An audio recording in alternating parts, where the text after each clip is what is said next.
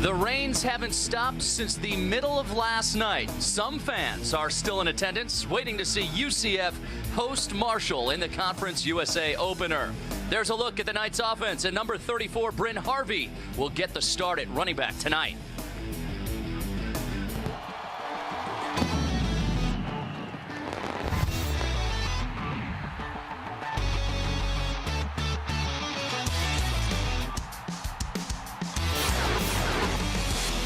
It is a gorgeous night for football. Well, in front of your television set anyway, the Marshall Thundering Herd with a 2-3 overall record. The UCF Knights, after back-to-back losses, are now 2-2 on the season. We're here at Bright House Network Stadium in the city beautiful Orlando, Florida. David Bauman alongside 15-year NFL veteran Mark Royals. Delighted to have you with us this evening. Mark, UCF on a bye week. They've been stewing after these losses to BYU and FIU. They're ready to get back to action. Yeah, that inconsistency that's plagued them over the years. They clearly had a couple of games they felt like they should have won, but penalties and mistake caused them to lose it. Now they've had 2 weeks to think about it. So you go back to fundamentals, you go back to X's and O's, get things worked out, but they're anxious to get back on the football field and get that nasty taste out of their mouth. Two quarterbacks with familiar backgrounds, Jeff Godfrey and Rakeem Cato. Godfrey just 1 year older than Cato. They played for the same high school in South Florida. Well, you talk about a high school being in good hands there for a long time. You look at those numbers, just gaudy across the board. You have Jeff Godfrey there, Player of the Year, and then behind him, Rakeem Cato comes along and, oh, by the way, wins the state championship. Two very young, dynamic quarterbacks and making their transition to the college level, but both very, very good players. And Cato just took down Teddy Bridgewater of Louisville 1 week ago. Bridgewater played for Miami Central as well. Godfrey with 8 rushing touchdowns, that's second in the NCAA, although he doesn't have a passing touchdown yet. Yeah, and that's one guy that's definitely ready to get back on the football field. Over the last couple of weeks, he's been victim of a couple of mistakes that cost the team down the stretch. Still a very dynamic young quarterback, kind of going through a little growth spurt as a sophomore, but I think he's had 2 weeks to think about it, and he's ready to get going tonight. And on the opposing end, Rakeem Cato, a solid week against Louisville, 18 of 30, 236 yards and 2 touchdowns. Yeah, that's something that has plagued him early in his career were interceptions. Last week he was very efficient, and he's a guy that gets around the pocket and spreads the ball around through to 10 different receivers in their win last week, and throws the ball 68% of the time, so he's going to be slinging it all over the yard tonight. The rains have yet to subside. It has been raining since the middle of last night. Look at the band bundled up. Our Jeff Radcliffe is on the sideline. I wonder what those field conditions are, Jeff. Well, everybody is soggy. The fans are soggy, but there are no damp spirits here at the Bright House, where the Knights are 21-8 in their history, including 2-0 this season, but they're coming off back-to-back road losses. And nobody happier to unite behind their Knights than those UCF fans. Behind me, Jerome, our timeout coordinator. Wind it up, Jerome, and send her in. We're ready for football. Thank you, Jeff. We're underway. Kick is away. Kimmis Williams back to receive. No Quincy McDuffie tonight. And here goes Kimmis Williams, the senior, past the 30 and taken down at about the 33. Yeah, Quincy McDuffie, their real deep threat, vertical threat with the leg injuries, kind of been nagging him over the last couple of years, or last couple of weeks, excuse me. So, he'll be missing that offense because he is a true vertical threat for them. Phillip Warren on the tackle, and here comes Jeff Godfrey. Yeah, we'll see Jeff Godfrey start this game, and don't be surprised in the first half if you see redshirt freshman Blake Bortles come out and play a couple of series. It's clearly Jeff Godfrey's team, but they're going to switch it up a little bit at quarterback. Harvey in at tailback. Harvey getting his first start of the season. 1,100 yards, 14 touchdowns in 2009, and there goes Bryn Harvey.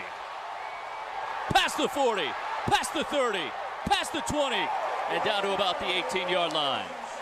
Reminiscent of our last game that we did here, Ronnie Weaver out of the gate had a 40-yard burst to start the game.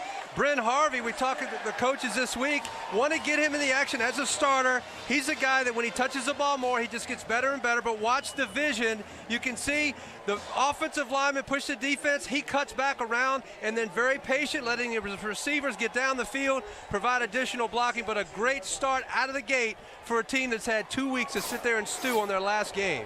1 carry, 50 yards for Bryn Harvey. 1st and 10.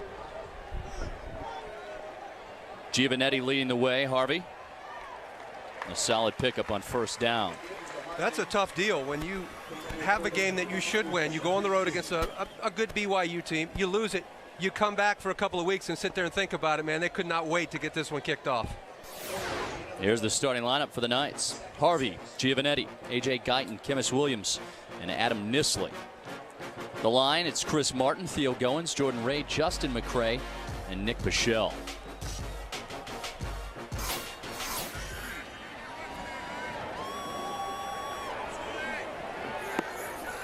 Josh Reese in motion. Harvey gets the call again. Harvey approaches the first down, and that final surge may have gotten him to it.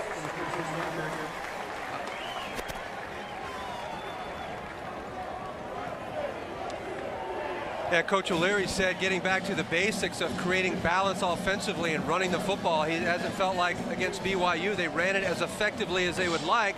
But if you can establish that running game, especially that's what they're known for here at UCF, then you can play action pass off of that. So they're doing a nice job of moving the ball early in the game. It will be a first down. And Mark, you're right. UCF not running the ball in these past two games like they typically do. Just 81 rushing yards against BYU. And just 119 rushing yards against FIU the game before. First and goal from the 7. Harvey again. He'll be wrapped up. Vinny Curry in on that tackle amongst others. Curry, the star of that Marshall defensive line. And the Marshall starters, it's Curry, Marcus Aiken, Delvin Johnson, Jeremiah Taylor, George Carpenter, Tyson Gale, Kellen Harris, the linebackers. And the secondary looks like this: Rashad Jackson, Devin Arrington, Omar Brown, and Montarius Lovett. All of the starters seniors except 3 of those players.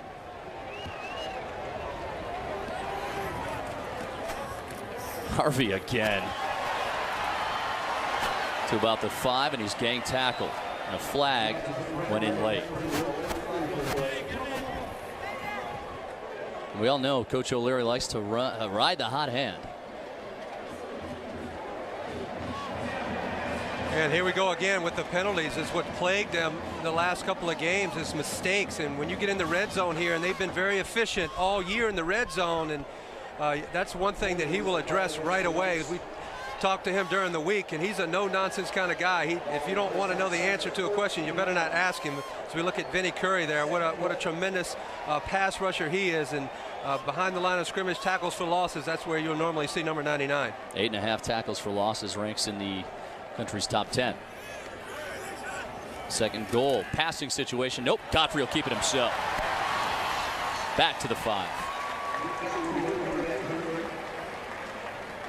Looked like a called quarterback draw there. And when you talk about running backs here, and Ronnie Weaver and Brent Harvey and some of the other guys, I mean, he may as well be a running back. And that looked like a called quarterback draw up the middle, and he can get it done on the ground as well. That's what they're waiting for him to develop as a quarterback in there, being patient at times, sometimes not getting to his reads quick enough, but this guy's a dynamic playmaker. 18 rushing touchdowns in 18 career games for the sophomore Jeff Godfrey. That's getting it done right there.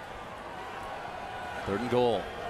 Williams in motion. Godfrey, middle of the field. A.J. Guyton, touchdown. First passing touchdown of the year for UCF.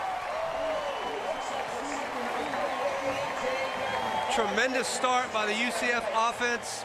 Again, we talked about having 2 weeks to think about a game that you should have won or felt like you should have. You gave it away.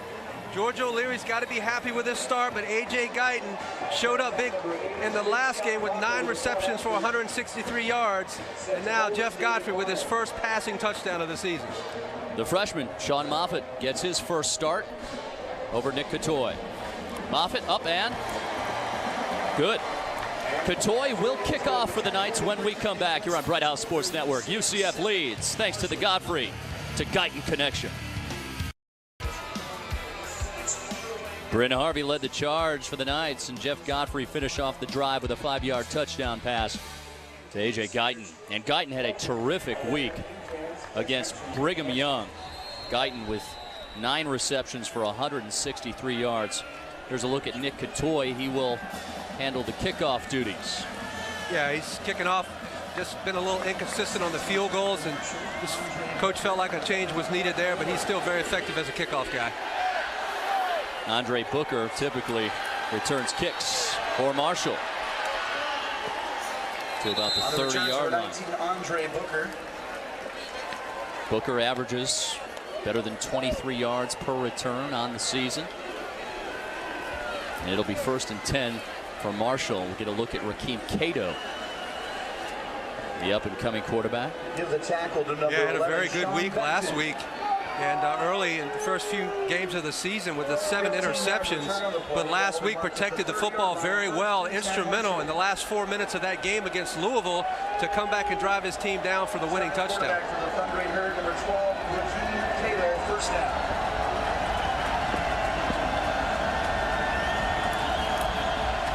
Cato to pass on 1st down in the rain, looking Dobson, and Robinson nearly came away with the interception. The ball floated a little bit.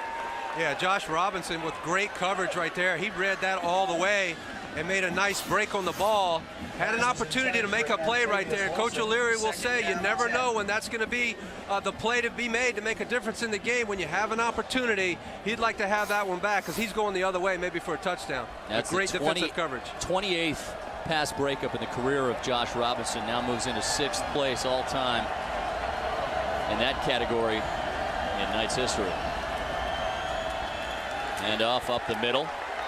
Inside there to number 2, That's Tron Martinez. That'll go for a couple of yards. It'll be 3rd and about 8. The backs and receivers for the Herd: Martinez, Antavius Wilson, Aaron Dobson, Troy Evans, and the tight end is Gator Hoskins. Here's the line: Ryan Tillman, Garrett Scott, Chris Jaspers, John Bruin, and C.J. Wood. At center, Jaspers, a redshirt freshman. Cato to the air, incomplete. Pass breakup, Kamal Ishmael. The 3 and out for the Herd. Yeah, Jonathan Davis right there coming off the edge, applying the pressure. So Rakeem Cato has to deliver the ball really quick with good defensive pressure there by UCF Knights. That's right. J.J. Wharton is back to receive for the Knights. Away is Case Whitehead. Wharton is a freshman. Wharton moving ahead. And Wharton, a risky play, and that's probably going to get him in trouble with Coach O'Leary again. We'll see. Knights lead 7-0.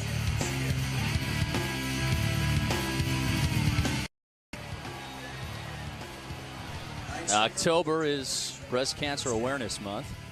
You see pink throughout Red House Network Stadium. Jeff Godfrey with Harvey in the backfield. Little rollout. And Wharton goes up and comes down with it. That'll be a 1st down, gain of about 19. Jeff Radcliffe on the sideline. In the rain, Jeff. Fellas, this field right here, it's taken on about 6 inches of water since last night. It's 419 Bermuda. Soaks up water very well. In fact, it's got a state-of-the-art drainage system. I talked to Robert Sample. He is the director of turf grass here at UCF. He says field is saturated, but it is firm. He hopes it will play well the rest of the night. But either way, ball security going to be a huge concern for both teams the rest of the way. Well, the Knights will keep it on the ground. Harvey, he'll gain about 4, and that's most likely a holding call to push the Knights back.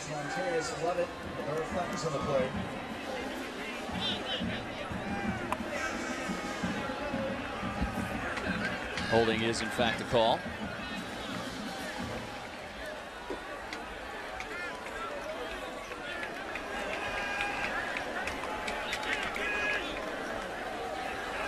.70 degrees at kickoff. Humidity at 81%. It's just steady rain. His head coach George O'Leary. 1st and 20 from the 36. And Godfrey from that quarterback set. 3 wide receivers to his left. A little screen, and well, that ball's on the ground, incomplete. Mark, head coach George O'Leary said there's been some talk coming out of Huntington, West Virginia, and he wasn't taking too kindly to it. Yeah, he was kind of chuckling like that. They say that he is kind of, they feel like UCF is the bully on the block here at Conference USA, and kind of chuckled at it a little bit, but I think he takes it to heart there. And you know, they've had a long history, and UCF has had the edge every time for the last 6 meetings that these two teams have played. But I love the guy. I love to hear him in front of people. He tells it like it is. No nonsense guy. And I can only imagine what the last 2 weeks were like after coming off that BYU loss. 2 weeks to talk about it with Coach O'Leary. I'm sure he got after these guys pretty hard. Well, penalty went against Marshall, put the Knights into enemy territory. Harvey gets the call on first down, and that's a decent gain, approaching another first down. Brent Harvey, the ball carrier. It was a personal foul call that went against Marshall to move the ball ahead to the 49-yard line. Harvey down to the 39. Yeah, when you come into a game like this and you're focusing on these kind of conditions, they're doing exactly what you have to do. You've got to be able to run the football. Trying to throw it around all night is going to be a very difficult task. And they've come out early, kind of established themselves at the line of scrimmage. George O'Leary says all the time, you can tell who's going to win the game by watching the offensive defensive line. Right now, UCF off to a great start. Giovanetti in the backfield alongside Godfrey. Harvey behind. Harvey gets the call. Tries to go outside, but he is wrapped and tackled right about the line of scrimmage. Doc Holliday is the head coach of the Marshall Thundering Herd, and Holliday's got ties to the Sunshine State. Plenty of his players are from Florida. 31, in fact, his second season. 3 games below 500. Yeah, that's where he played his college ball at West Virginia, so he was happy to go back home. And you know, this guy is known for his recruiting, and he's knocking on the same doors as some of the bigger schools and getting a lot of those players. So he's determined to get this team in the likeness of what he wants to get accomplished. But he's a very good head coach. Godfrey to throw on second down, and has the tight end, Adam Nisley. Nisley to about the 33. So it'll be 3rd and about 4. And on the tackle is Jackson. Yeah, great job there offensively with enough protection for Jeff Godfrey to sit back and go through his reads. And when you have a guy like Adam Nisley to throw the ball to at 6'6", 260-plus pounds, this is one of the strongest guys in all of college football. Bench presses over 530 pounds, 225-pound. That tests the NFL guys 38 times. This is a really, really good athlete. That was his 10th catch of the season. The senior. Godfrey's got Harvey wide open in the flats. Pichel throws a block. That springs Harvey. Past the 20, Harvey to the 16. Knights pounding away here in the rain. They'll carry it down to the 16-yard line, but that'll move Great those play chains. call by Charlie Taft. You're running the ball, you're throwing it effectively, getting a little pressure, let the defense come in, swing out a little screen pass to Brent Harvey, and let him get up the field. You can see, turn those guys loose, creates an open on the outside. Good up there by number 77, Michelle. And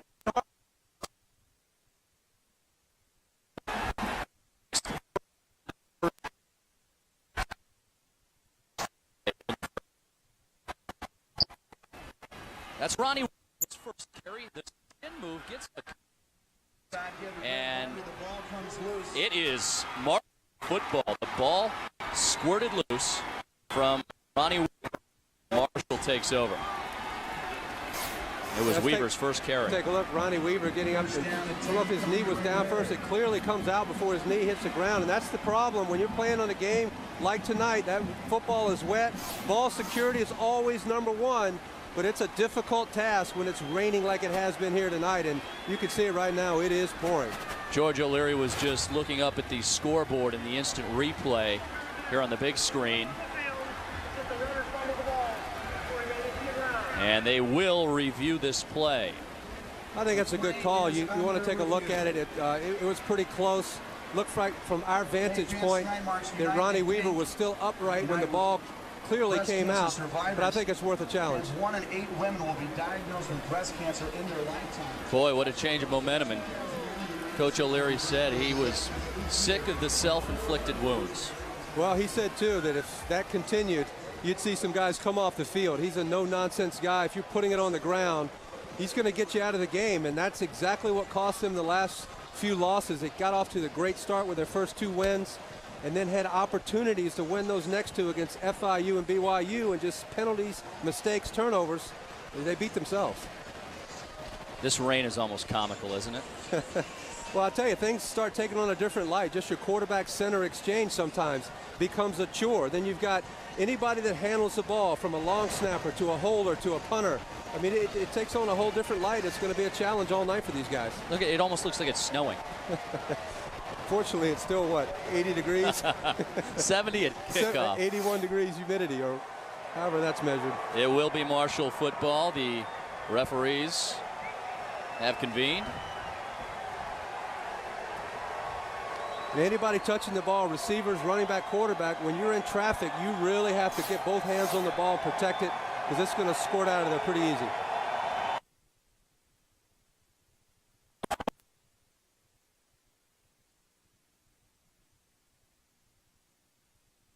Ball at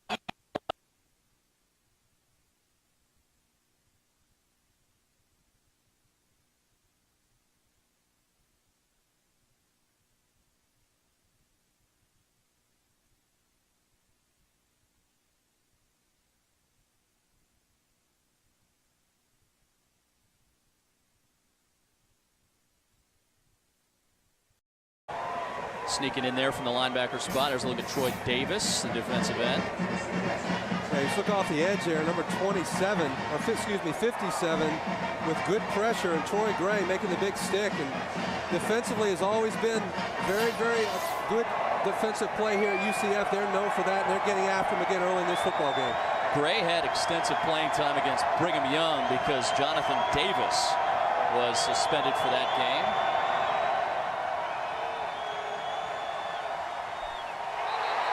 Incomplete pass is the ruling on the field. It'll be 3rd down and 11. Yeah, that was a little attempted shovel pass, and shovel it forward. If you're not able to keep control of that, it's ruled an incomplete pass. So brings up a long 3rd down for Marshall here in some just torrential downpour weather.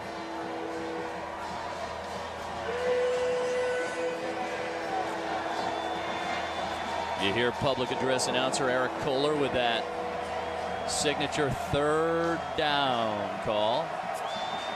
Here for the home team. Cato, swing pass, Van, and he has room. Oh, he tried to make a move and just slipped. The field just gave way. It'll be 4th down, and Marshall's punting unit is coming out. Yeah, and that's great pursuit to the ball, and Coach O'Leary calls that a transition. When the ball gets in the hand of the opposition, how quickly can you stop and get yourself to the ball and make a play? 3 guys do a great job of doing just that. Punting might be a little difficult tonight. That punt is underway. Wharton has it. Wharton gets out of the way wisely this time. Ball will be down at the 31. UCF will take over with a 7-0 lead here in the first quarter.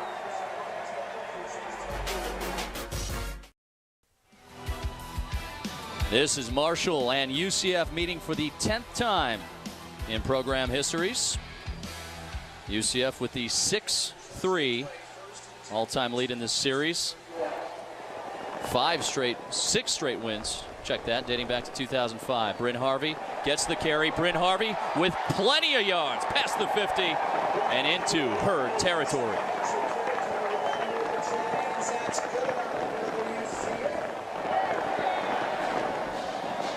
Coach O'Leary's first victory came against Marshall. The Knights had lost 17 straight games. That was worst in the nation. Bernie Morris, boy, he took a shot by Paul Carrington right there. Stephen Moffitt went to the air and found Brandon Marshall, now the Miami Dolphins. And the field goal posts came down. Trevani Johnson cheering on the crowd. Carrington and Kevin Smith celebrating. The field goal post came down at the Citrus Bowl. Harvey down there at the line of scrimmage. Do we still have that video of the field goal posts going down? Boy, I'll tell you, that was quite a night for the Knights. Yeah, getting that initial win, well, that's a big moment. And I tell you, the interesting thing about that, they're playing Marshall again tonight, and if they're able to win this game, George O'Leary will then have 100 all-time college wins. That's pretty impressive streak there, but a big moment for UCF fans celebrating that win. No doubt about it. This current streak of 6 straight victories against Marshall, the Knights have matched that against Bethune-Cookman and against Memphis, tied for the longest win streak against any opponent in UCF history. Harvey up the middle, makes a move and approaches the first down. Coach O'Leary talks about with his offensive lineman, he calls it Bob. He wants a body on a body. And that's exactly what this offensive line is doing right now. They're getting bodies on a body. They're moving their feet and letting Brent Harvey cut off of the openings that are created by that. He preaches it all the time. You get somebody intact like that, your running backs can make some yardage. And again, 99 career head coaching victories, Georgia Tech and UCF, and he obviously knows what he's doing because he's done it for a long time and done it very well. 52 wins for the Georgia Tech Yellow Jackets, 47 here at the University of Central Florida. And along the sideline is Chemist Williams, who faked everybody out. Kind of tough to follow that football here in this rain. Boy, Brent Harvey already has a 100-yard game, 106 yards for Brent Harvey as Chemist Williams assumes that role that Quincy McDuffie leaves behind here in the interim. McDuffie battling some nagging injuries, like we said early on in this telecast. Williams running the football like McDuffie typically does. McDuffie has 73 rushing yards entering tonight's game. Yeah, Chemist Williams with a great job there, being patient, letting Billy Giovanetti create the block, and then getting up the field for a huge gain. Latavius Murray in a tailback. Murray makes a move. Good gain inside the 5. And that's the third part of the three-headed monster, along with Brent Harvey and Ronnie Weaver. Latavius Murray comes in at 6'3", 225 pounds, and he's a north-south kind of guy. Look at his numbers. They're all relatively the same. 34 rushes on the year, averaging over 4 yards a carry, along with the 3 touchdowns. But he's a guy who's going to find a hole, and if there's not one, he's going to run you over. So he's a power back, and he's going to get north and south on you. He finished 2010 so strong, with MVP awards in the Conference USA Championship game and then in the Liberty Bowl. Both victories for UCF. On Travius Floyd in motion. Murray looking for the pylon. Touchdown. His 4th touchdown of the year. Again, we talk about offensive linemen and getting a body on a body. That's exactly what happens. Latavius Murray has great vision here to see there's nothing up the middle. His offensive linemen are intact with the defense, and he has the vision to bounce it outside where no one is, and enough speed to get it in the end zone for the UCF 2nd touchdown of the game. Great run. Moffitt on for the extra point. And the freshman from Dr. Phillips High School puts it right through the uprights. 14-0, Knights lead.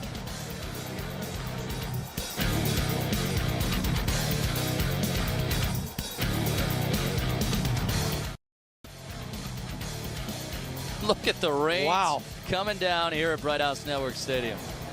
It's not like it just started. It's been doing this for a day and a half, or at least as long as I've been here, maybe longer. But you're seeing puddles on the field. This is treacherous conditions. 9 seconds remaining here in the first quarter. Catoy set to kick it away. Latavius Murray just scored a touchdown for the Knights. Booker from the 10. Looked like his knee was down, but they'll let him play it. Past the 30. Booker to about the 38. 4 seconds left to play here in the first quarter as the Knights' stout defense comes back to the football field. Boy, this Knights defense is tough, Mark. Ranking in top 10 when you look up and down. Passer efficiency, passing, number 1 in the country. 2nd in total defense and 5th in scoring defense. Yeah, they do a great job, and part of it is because they're very disciplined in their technique and how they go about their business. And when you transition, when somebody has the ball, how quickly can you get there? They do it very, very well because they always put themselves in good position to make plays. Josh Robinson nearly came up with an interception earlier tonight. Nice defense. The only defense in the country yet to allow a passing touchdown. That ball was tipped and incomplete. And that's the end of the first quarter. UCF leads 14-0 here in the rain.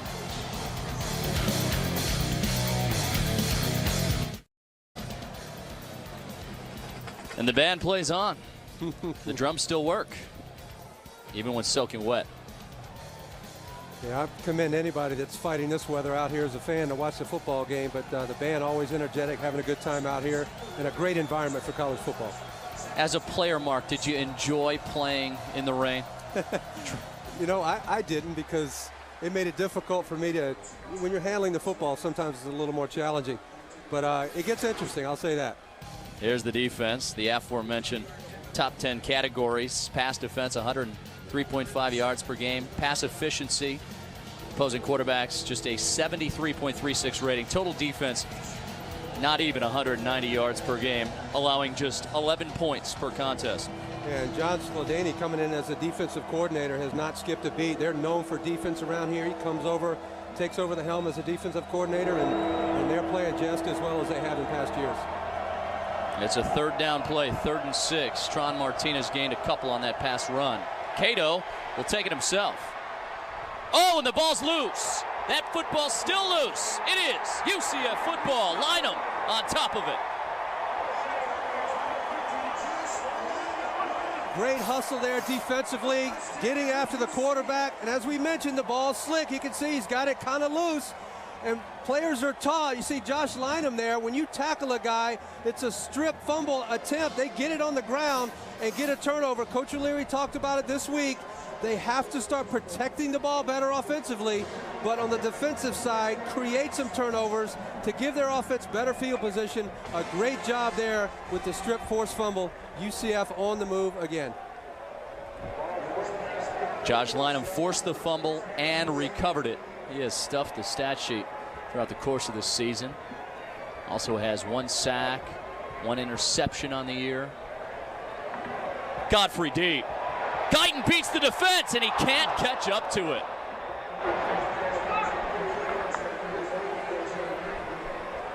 A.J. Guyton there, just a little too long for him. Jeff Godfrey, it all starts with the protection by the offensive line by giving him time to sit back in the pocket and find his receiver. Lays it out there, a pretty ball, just a little too long for A.J. Guyton to come down for another touchdown. Mark, in our meeting with Coach O'Leary yesterday, he said there's plenty of comparisons with Joe Hamilton when Coach O'Leary was at Georgia Tech. Joey Hamilton, one of the terrific quarterbacks in the country at that time. Hamilton had a little bit more of a touch on his deep ball as Harvey picks up about 5 at this point in his career than Godfrey, but still very, very similar quarterbacks. Yeah, interesting. I played with Joe Hamilton in Tampa for a couple of years until he hurt his knee, and he couldn't further his career, but he was a great little player, undersized guy, ran around very well, threw the ball deep very well. But Jeff Godfrey now is in the transition of learning offenses, learning defenses, how to make plays, how to get to your reads quicker. And he has struggled the last couple of weeks with some unfortunate mistakes, but he's on his way to being a super quarterback for the rest of his career. Yeah, Godfrey sacked 10 times in the last 2 games. Quick pass, Giovanetti holds on to it, gain of about 1.5. And here comes the punting unit. And this is a bit of a challenge sometimes. You look at your long snapper, want to keep that ball dry. He's got to deliver it to the punter. And the punter's got to be real careful with that slick ball. Ball security first and then get it away.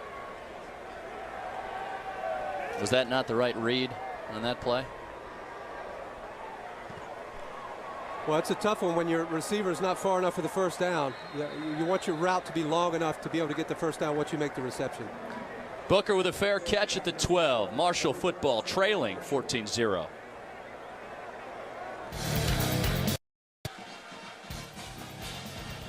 Pink hats for the cheerleaders here at UCF. It is Breast Cancer Awareness Month. And more than 1,000 cancer survivors scheduled to be in attendance for this one tonight. Rakeem Cato from the shotgun. Cato to throw, deep. Airs it out, Robinson. And that ball was over his head. Uncatchable. Little contact there with Hobson. That actually looked like Wilson.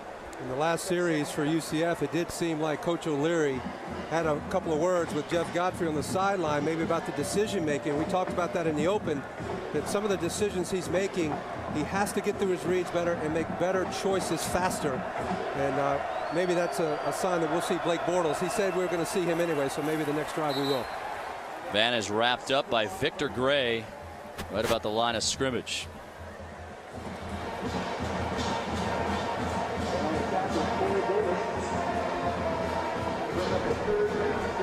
The rains keep coming down.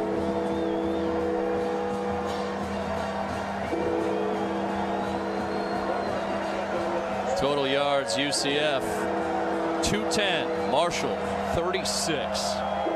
Third down play. Cato, the freshman. Middle of the field. Jonathan Davis got his hand on it.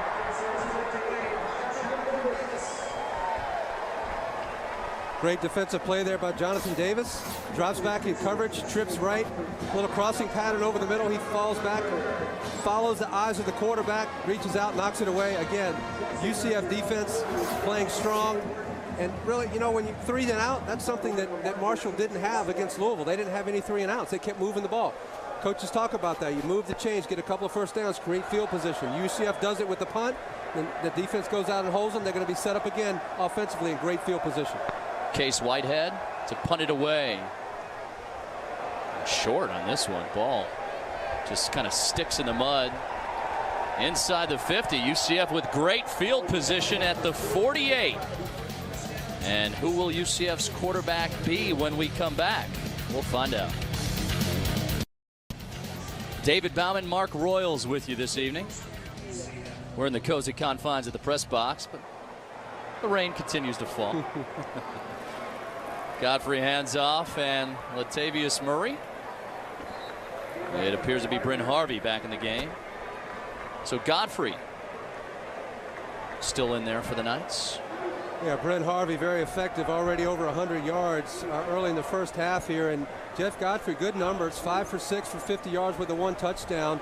And the coaches really want him to start developing more in the pocket, making better reads and better decisions. Kid's a great quarterback. I mean, he can get it done with his feet, with his arms, and whatever. Just a little progression he's going through. He's going to be fine. Harvey, 12 carries, 116 yards. Here he is again.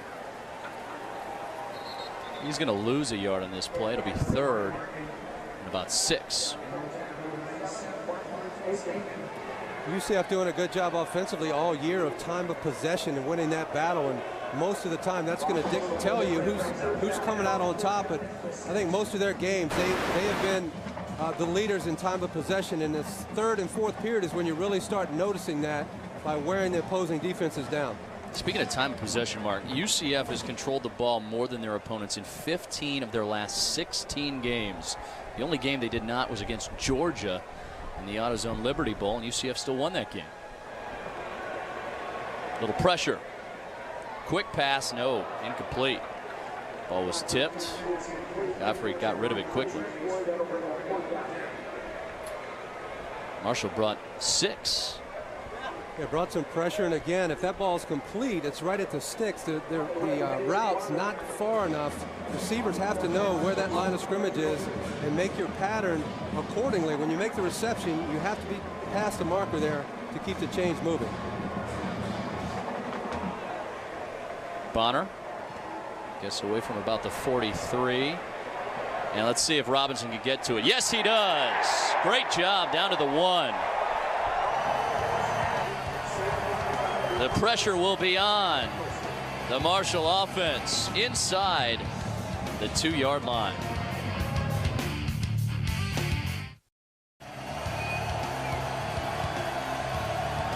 Mark Royals, if the fans are braving the conditions, why don't we just do our broadcast from outside the booth? I'll tell you what, why don't you go ahead and do that and let me know how it is down there. Maybe I'll join you. Marshall run attack is stuffed right at the line of scrimmage. That ball will come back out to about the 2. And I'll tell you, Marshall's in danger right here of letting this game get out of hand. They're backed up. They're down 14 points. They've really established nothing offensively.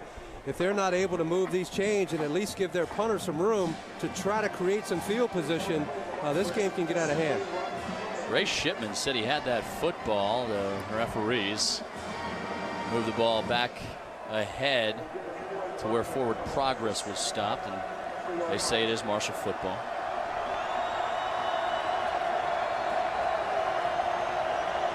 Cato under center. Some confusion at the line. Toby Jackson calling for a flag. Victor Gray, was he held? Yes, there's the flag in the end zone. This ball's coming back. It may have been completed. That's going to be a safety right there. If you're guilty of holding in the end zone, that's going to give UCF 2 points.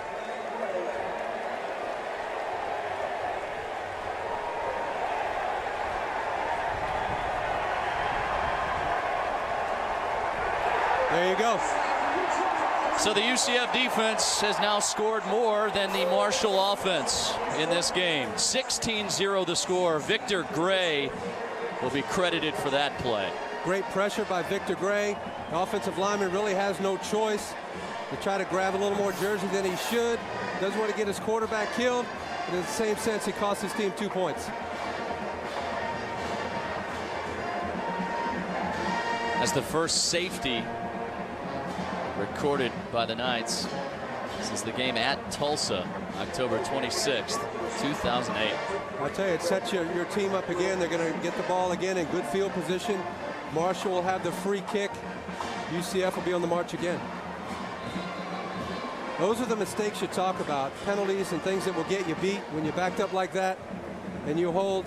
You're putting points on the board from the opposition we just talked about. They're in danger of letting this game get out of hand. Now they're going to be, their defense is going to be in bad field position again. Let's check in with Jeff Radcliffe, who's on this sopping wet field. I have a question for you guys. Do you have any extra socks? No. Because there are puddles in my shoes, puddles on the field. Robert Sample, director of Sports Turf, saying by the time we hit the fourth quarter, we're going to have 8 inches of rain, which is unprecedented on this field. The good news is the more it rains, the more the fans get amped up. They're loving it here at the Bright House. You know, it's interesting. This Zombie Nation gets rolling. The stadium starts rocking. Even George O'Leary talked about that's his favorite part of college football, Zombie Nation.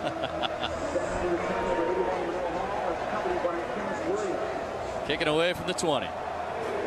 Interesting. Typically, that's going to be a punt in that situation. They chose to kick it off instead. Williams caught it in stride. Good return. Past the 50. Look at Williams slide into about the 42. Good, strong run there. Good blocking up front and just refusing to go down. Tymus Williams with a good, strong run. Special teams is an area UCF has been victimized by in a couple of their previous games, but look at this tough run. He's getting hit by 3 and 4 players and refuses to go down to get those additional yards. Ball spotted at the 44, Godfrey, with Harvey alongside him. Shotgun set Harvey. Picks up a nice block, makes a defender miss, and down to the 37-yard line. Don't miss another UCF football game this season, fans. Purchase affordable Conference USA ticket mini plans at the UCFathletics.com website or by calling UCF Athletics at 407-823-1000. That's 407-823-1000. You can hardly see the fans through the rain. I'm impressed that as many came out that did. Such a great environment for a game, and this place is packed. It's going to be something special. This could be a free play. Nope, refs blow it dead.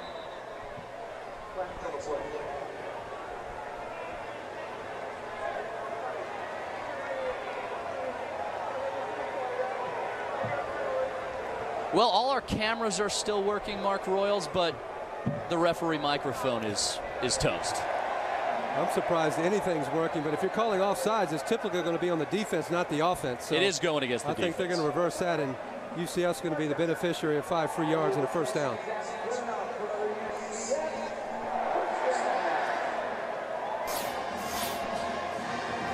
Yeah, clearly offsides there by big number 98, Delvin Johnson. Johnson, a senior from Woodruff, South Carolina. First and 10 from the 33. Another handoff. Harvey with a pretty good size hole. That's a good gain of about 8. Theo Goins with a nice pull up the middle there to open the crease for Harvey. And, you know, Harvey's done a really nice job from the time he was a freshman. His vision wasn't what it is now. He's able to find those holes, a slashing type runner, and he gets through them quick. He's not a north-south kind of guy, or excuse me, east-west kind of guy. He's going to try to get in that hole and get up there quickly. Safe to say he is fully recovered now. Missed all last season with an ACL tear. Bounces off a defender, but then runs into a wall. As Tyson Gale on the tackle there, the senior from Alva, Oklahoma, 6'3", 228. You know, Brent Harvey, as you mentioned, with that ACL, it takes time when you get back on the field and you're taking shots and you're cutting and, you know, even running full speed, stops and starts. It takes a while mentally to get over that hurdle to where you feel like you're completely 100% back. And I think they've done a really good job. They've had the luxury of having 2 really good backs also to kind of ease him back into that starting role.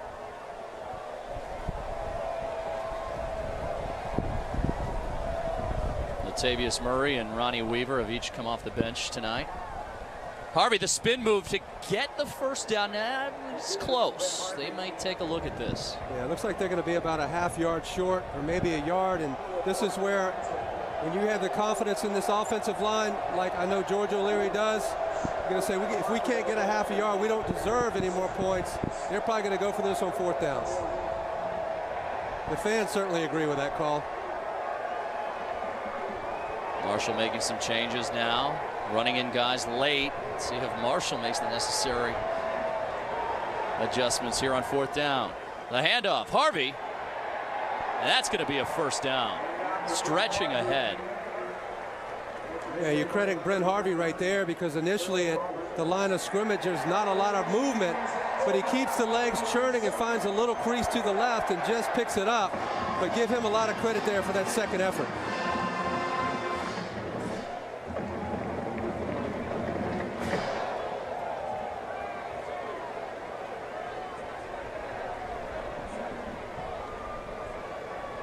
First and 10 from the 23. Harvey in the backfield behind Godfrey. Godfrey rolls out, rolling right. Wharton wide open. Wharton catches, takes a shot, and a flag comes in. It's probably going to be helmet to helmet. Tell you what, that's a great catch by number 9, J.J. Wharton, with a vicious hit on the defensive side. That was Darryl Roberts on the hit. You have man coverage, and he just comes across the middle, and look at that shot, helmet to helmet, knocks his own helmet off. Number 39 there, Darryl Roberts with a big stick. Probably going to cost him a few additional yards going helmet to helmet, but a great catch by number 9, Wharton, for taking a vicious hit. Yeah, the fans looking at the replay now, because Wharton shaking his head there, getting looked at on the sideline.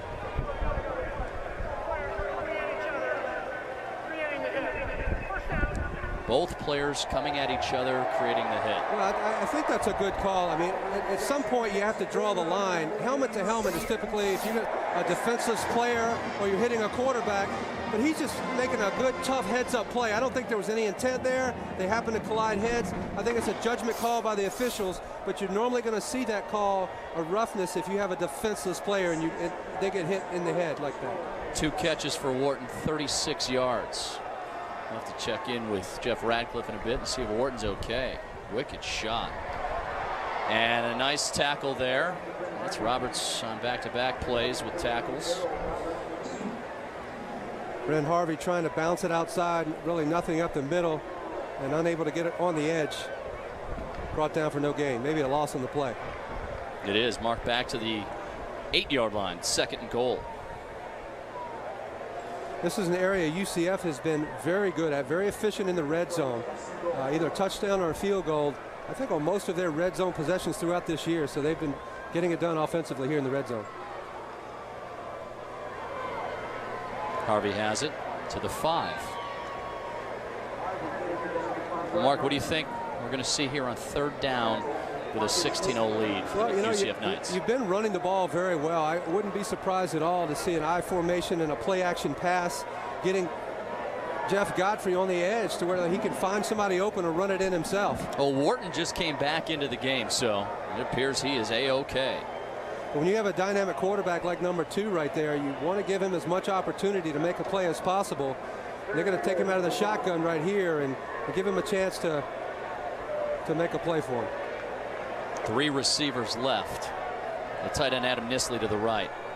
And here comes some pressure. Godfrey eluding, throwing into the end zone, just throws it out of bounds. That's actually a safe play right there. 4th and goal. That's a holding penalty, which Marshall will have to make a decision here. You might consider taking that in these conditions to back him up. Typically, you want to take the down. Yeah, the coaches are waving it off. The coaches there on the sideline, actually on the football field, they're at the 20.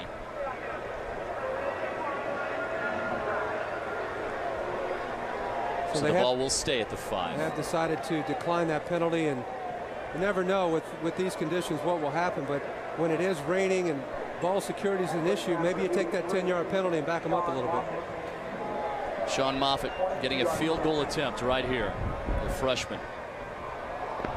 Bonner trying to stay on his feet. Let's see what he's going to do.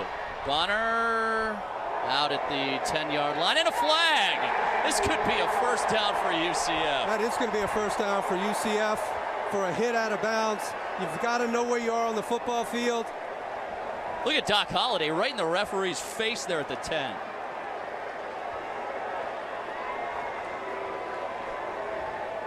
We're going to have a discussion about that, but it looked like it was a late hit out of bounds. Whether it was flagrant or not, we'll take another look at it. No flag on the play. It's clearly out of bounds.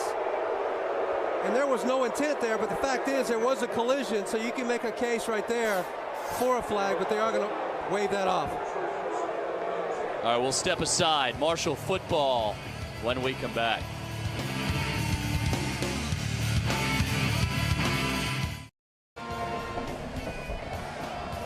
Steady downpours here in the City Beautiful. We're at Bright House Network Stadium. Marshall trails UCF 16-0. The flag was waved off on the sideline, and Marshall takes over. That tackle in the backfield made by Josh Wofford. Yeah, Josh Wofford doing a great job there defensively, getting pressure and making a play in the backfield. And Marshall defensively with a huge stop, already down 16-0, in danger of this game getting out of hand. So a great defensive stop there. They just have not been able to manufacture any kind of rhythm offensively whatsoever. Marshall has been outscored 76-20 in the second quarter this season. Cato trying to get by Darius Knoll, and here comes the pressure. Boy, he took a shot, and that pass, is it complete? Yes, gain of 1. That's the tight end, Gator Hoskins. Yeah, great play there by Darius Knoll, coming off the edge with tremendous pressure. No, incomplete now the call. Not allowing Rakeem Cato an opportunity to find a receiver, and Coach talks about it all the time. You've got to get after the quarterback. If he can stand back there with time, it doesn't matter who it is, he can find an open receiver. Jonathan Davis trying to get this crowd fired up.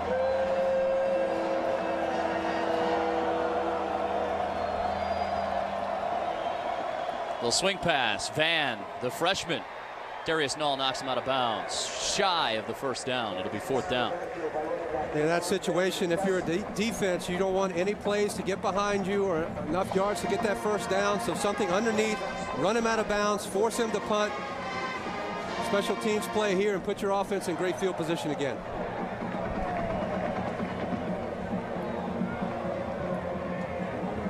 J.J. Wharton back to receive. Yeah, Case Whitehead punting this ball away was the special teams player of the week last week for his efforts. And another squib. Get away is what the Knights coaches are saying. Field position, 38-yard line. Check out UCF football this season, fans. Affordable tickets, great seats, easy parking. Don't miss another game. Purchase tickets online at UCFathletics.com or by calling 407-823-1000. See you at the Bright House. Well, if you're UCF with a 16-point lead and you have goals of winning Conference USA again, when you have a team backed up like this, you really got to put your foot on their throat and step on the gas, and they need to manufacture some points here on this drive right before the half. Here's Murray. He is gang tackled behind the line of scrimmage at about the 40 to be a loss of 2. Well, Coach O'Leary, boy, he was intense this week. He had the players practice on Saturday. He says that was probably the first time he could ever remember having a team practice on a Saturday of a bye week. And really peeved at some of the comments by the Marshall beat writers. He says we're going to take it to him. Yeah, he said, you know, you can call me a bully if you want, but if I'm backing it up, I'm not really a bully. And, you know, it's good to be looked at in Conference USA as a team to beat and a measuring stick for the rest of the team. So he's got his team in good shape. Godfrey to throw. Lets it go. Floyd has it. Gain of about 3. It'll be 3rd and 9.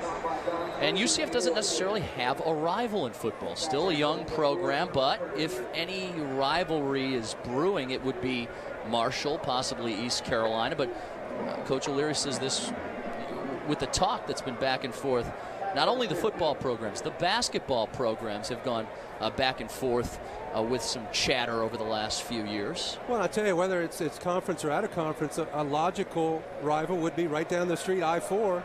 Go to Tampa and USF. I mean, there's been talk about that, and Coach O'Leary's all for it. He said, you know, why not make that an annual Halloween game? And that clearly becomes a rivalry right away. And you know, he's all for it. As you look at his openers, 3-3 record there, but just a fun guy to spend time with. I get a kick out of him and how he handles the media. And again, if you don't want to hear an answer, you better not ask him the question. But you know what he's good at is he holds people accountable. Like if he asks you something, he'll want to know if you're going to stand your ground by your answer. He doesn't want the old cliche answers. If you believe it, he wants you to kind of stand up and fight for it. So. Oh, I know what that's like, Mark. Yeah, yes, you do.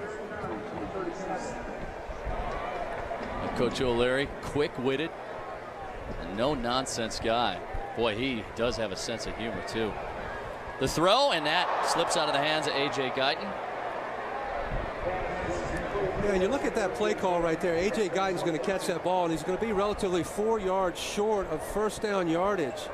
So I'm not sure if there's a communication problem going on with the play calling. But if you need 10 yards, your route's got to be 9 or 10 yards. So if he catches it right there, maybe he's able to turn it up and get that first down, but he's still clearly 4 yards short on that route.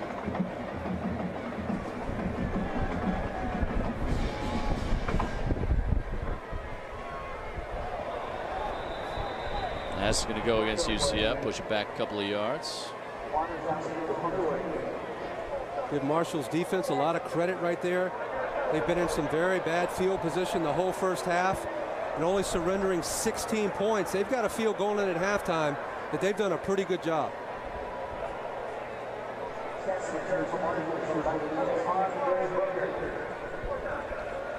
You're right, Mark. It could be worse. Yeah, you get field position like that, you're at the least going to give up field goals, and they've been pretty stout. Bonner's last punt was down at the 2. Now that's in the end zone. It'll be a touchback. Marshall taking over at the 20. The Toyota Sports Connection is your daily program dedicated to the sports fan. Tune in every night at 11 o'clock for a post-game wrap-up on your local teams. Bright House Sports Network, keeping it local, only on Bright House Networks. We'll have a recap of this game on the Sports Connection tonight. Yeah, well, 43 seconds to go in the half, and Marshall down 16. You might want to be a little careful with how you go about trying to move this. You don't want to go in any further down than you are. But again, if this game could be a lot worse than it is, and if there's something to really feel positive about out of this first half, it's just that.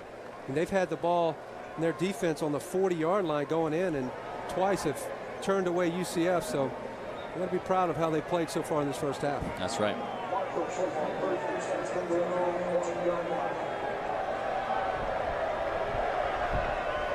Handoff.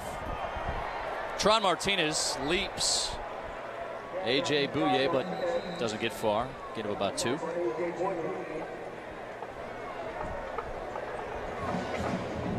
Clock is stopped. 35 seconds to go.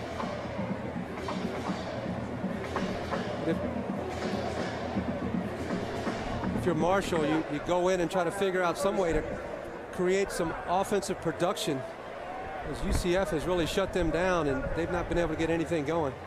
Adjustments are a big deal. You go in at halftime and all teams do it.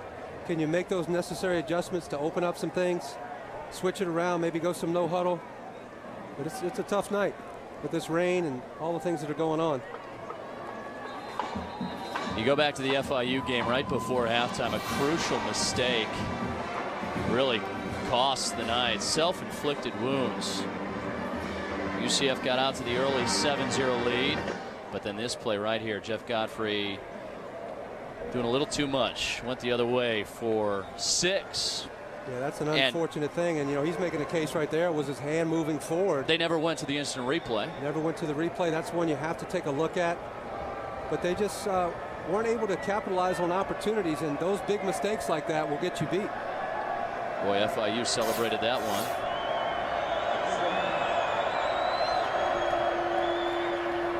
Another handoff.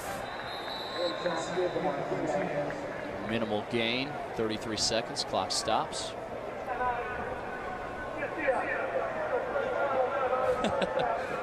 Although he's got his goggles out. You know, these guys are having a good time, and they were probably tailgating in this as well, so maybe a little lathered up and not even feeling the effects of the rain. But UCF calling another timeout here, 33 seconds to go, trying to force Marshall to have to punt the ball away. You never know in these conditions what could happen. We might see a student body right play here coming up on 3rd down. Speaking of student body right, how about the enrollment sizes? Marshall 14,000, UCF second largest enrollment in the nation, 56,235. Arizona State at 58,371. In my day-to-day, when I talk to people about UCF and what's going on up here, and I tell them how large this university is and what they have to offer, most people are shocked. It's kind of like this hidden gem, and you know I think it's starting to be more well-known. People are understanding what it has to offer, not just from their sports programs, but their academics as well. Taking a knee is Cato. And that'll do it for the first half. UCF in control, 16-0, moving the ball at ease on several occasions. Jonathan Davis with some words to Cato, and Cato still barking. Jeff Godfrey makes his way into the tunnel. Davis, though, boy, he's sat out against BYU for disciplinary reasons. Really lucky to be back in this one. Jeff Radcliffe with head coach George O'Leary. Coach, I don't know if it's time to start pairing up the animals and building an ark, but how do you feel your kids have handled these conditions? Well, I thought we went out and handled the conditions fairly well. We had 1 turnover, but, you know, offensively got the ball in pretty good position there inside the 50. We got to make something happen there, and that's going in to be talked about at halftime. Besides less rain, what do you want to see more of in the second half? Well, again, defensively is playing very secure. Offensively, got to start moving the ball and sustaining blocks. Thank you, Coach. George O'Leary's Knights up 16-0 at the half. Let's send it back upstairs to that warm, toasty, and dry press box. Sarcasm noted, Jeff. You're absolutely right, Jeff. And Mark goes back to exactly what you were saying. You got to capitalize inside enemy territory. Yeah, he'll talk all the time. If you have plays to make, you got to make them. UCF leads 16-0 here at halftime. We'll talk with soccer coach Brian Cunningham coming up here at the break. 16-0, Knights leading the Thundering Herd here at Bright House Network Stadium. This is a college football telecast on BHSN. David Bauman alongside Mark Royals. And UCF has only been outscored in 1 quarter this season. A halftime hangover, perhaps. Look at that 3rd quarter. Opponents have outscored UCF 24-21 in this 3rd period. And that's normally the critical period. When you go in at halftime, you make your adjustments. That's when you want to come out and reestablish yourself for the remainder of the game. Only outscored by a field goal, but you know, coming out of the locker room at halftime is a big deal. You got to come out fast, create that momentum, and we'll see if they can get that going. But I'm sure they got an ear from Coach O'Leary. He talked about it. We talked about it on air. When you have field position like that, you have got to take advantage of it and produce points. And I'm sure they heard about it. There's no question he is not satisfied with this 16-0 lead at the break. Rakeem Cato and Jonathan Davis were barking at each other before the teams exited the field. UCF has now outscored opponents 77-13 in first halves. Well, he was quick to tell us this week that guys making mistakes, and the 2 games that they lost were a result of that. He's going to start pulling people off the field, and special teams. He talked about putting some of the starting players on those coverage teams and things like that. So, he means business. See the pink in the stands. It is Breast Cancer Awareness Month. As Nick Catoy kicks it away. Booker back to receive. From the 7, Booker. Decent return to the 25.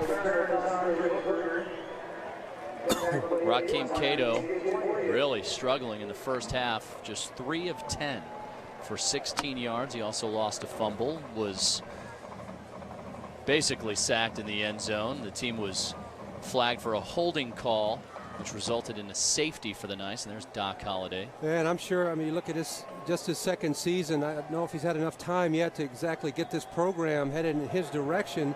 But I'm sure he went in and told his team, listen, guys, we're only 16 points down. This could be a lot worse. Let's go out on that opening drive and establish ourselves on the offensive side. And a tackle made, gain of about 2. It's Tron Martinez on the carry. UCF with 246 total yards of offense in the first half. Marshall just 47. Yeah, that's There's Darius Nall. That's playing really good on that side of the ball. As you look at Darius Nall, he's 6'3", 246 pounds. The redshirt senior, he's a guy that gets after you. And that whole defensive side there has played very, very good football in the first half. The handoff, Lynham chasing, and the hit by Bouye knocks Martinez out at about the 31-yard line. That's a great job of pursuit there by the defense, not letting the running back turn the corner, get on the edge for any additional yards. They just string it out until there's no more field, push him out of bounds, setting up a 3rd down and long. It's 3rd and 5. Rain still coming down steady.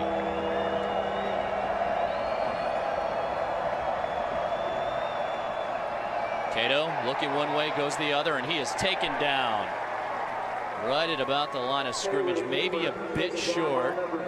If it is behind the line of scrimmage, it would be called a sack. That flag stick doesn't move at all. 4th and 5. Good pressure by Troy Davis there, flushing Cato out of the pocket.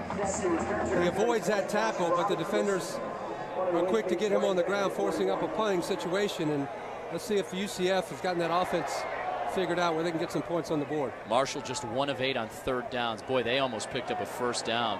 One of the Knights defenders had to get behind the line of scrimmage. Oh, Josh Robinson took a shot. Wow. A good return, but boy, he went down hard. Robinson slow to get up. 16-0 UCF.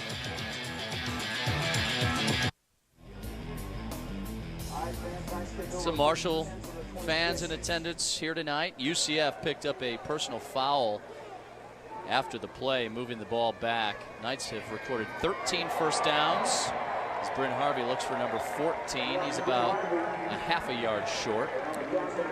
Yeah, 13-1 in first downs. Does a lot of things for your team. If you're not scoring points and you're still able to pick up first downs, then you can create that field position. But when you dominate like that, you also have to dominate on the scoreboard, which, they're up 16-0. That's somewhat of a comfortable lead, but this game could easily be out of hand. The Las Vegas odds makers have had UCF anywhere from a 2-touchdown favorite to 17-point favorite throughout the course of the week. Harvey, and he spins. Is he going to get it? Helmet comes off. Good effort by Marshall Brent defender Harvey Omar Brown. Yeah, Omar Brown losing his helmet there, but Brent Harvey doing a good job of spinning out of that tackle and picking up another first down. That's Brown's 12th tackle.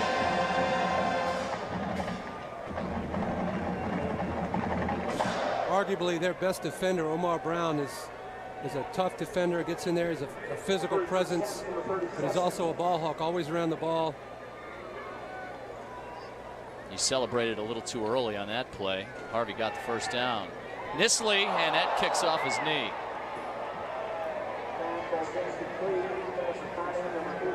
Yeah, the big tight end out in the flats there, and definitely a catchable ball, one he'd like to have back. You get him in space with that big body and get him rumbling down the field. He had some room to go. You can see he just got into his legs there and bounced off of his thigh pad, but that's something he worked really hard on in the offseason, was to become a better pass catcher and a better route runner. We talked about his strength, got great size, just one got away. Yeah, he's been a reliable target all year. 10 catches on the season for Nisley. Harvey, a shifty move as Omar Brown tries to rip that football out of there. It's a solid gain. Move the ball to about the 43-yard line. It sets up a very manageable third down, third and short, gives you some options. Still can run the ball, a little play action pass, maybe a little screen to the outside there, but it's all about percentages on the offense, and that's what they talk about. Get yourself in manageable down and distance, and they've got that at 3rd and 4. UCF just 2 of 7 on third downs.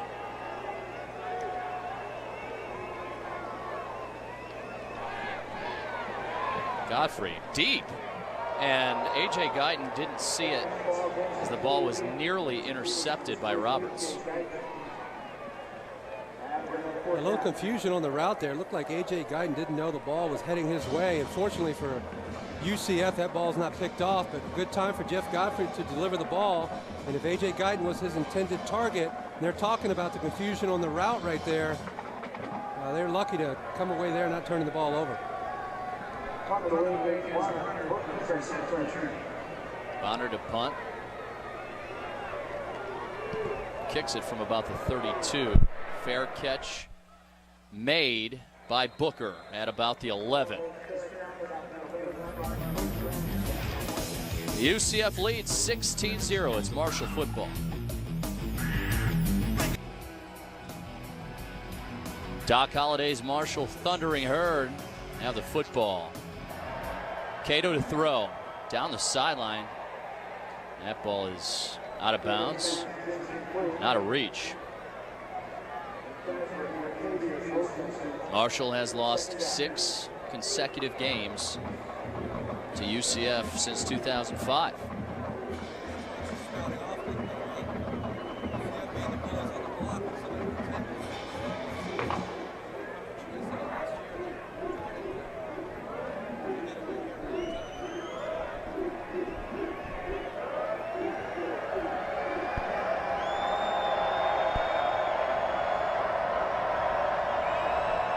Cato swing pass. Quick made and a quick tackle. It's Troy Gray. Jermaine Kelson came up with that catch.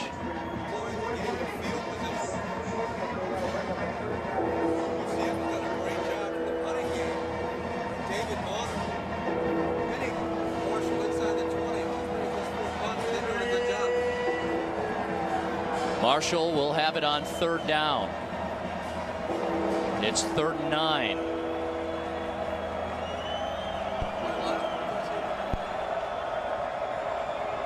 Cato from the gun. Davis around the outside, bringing pressure.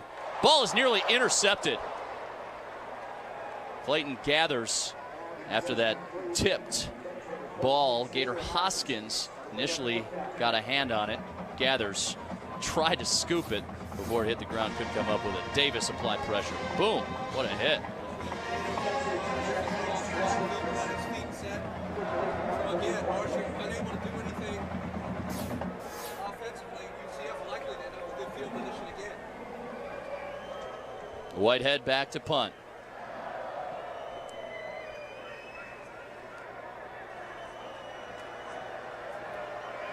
Robinson will get another crack at it. Returning. Whitehead gets it away. It's past the 50, but not much farther than that, to about the 43-yard line. It'll be UCF football. 16-0 Knights lead.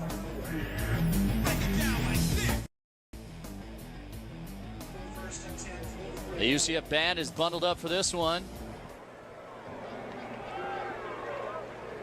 The rains continue to fall. Quick pitch. That's Williams, who gains 1. UCF dominating in time of possession, 23 minutes, as opposed to Marshall's 12 minutes. Yeah, Omar Brown there defensively doing a good job of staying home on the end around.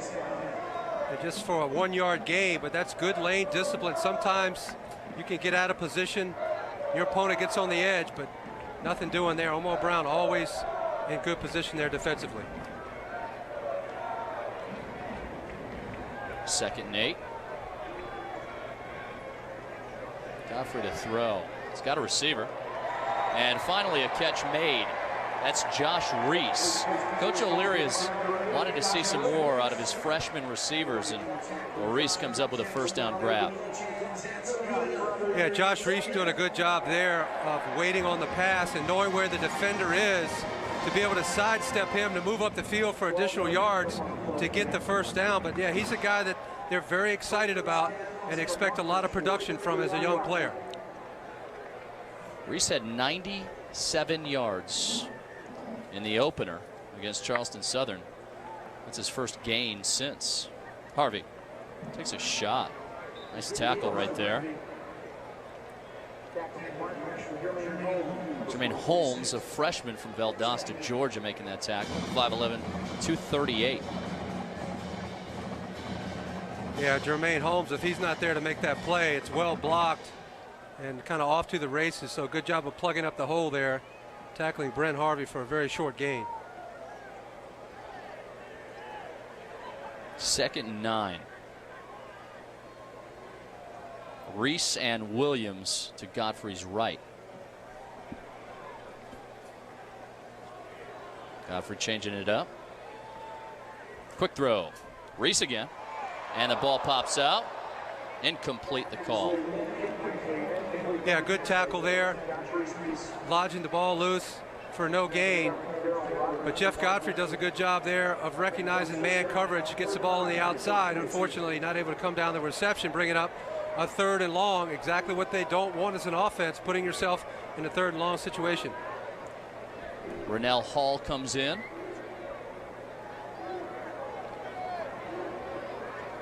At the wide receiver position. Hall near side. A.J. Guyton and Kemis Williams to Godfrey's right as well. That throw is out of play.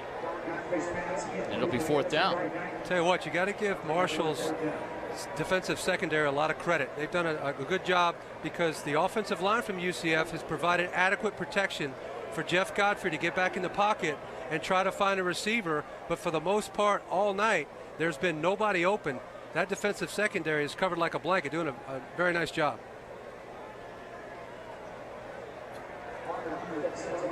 Andre Booker back to receive.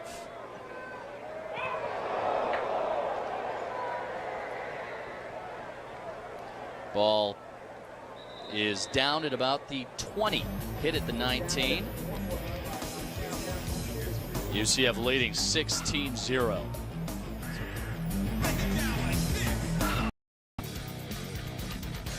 There's a look at John Skladany, the defensive coordinator.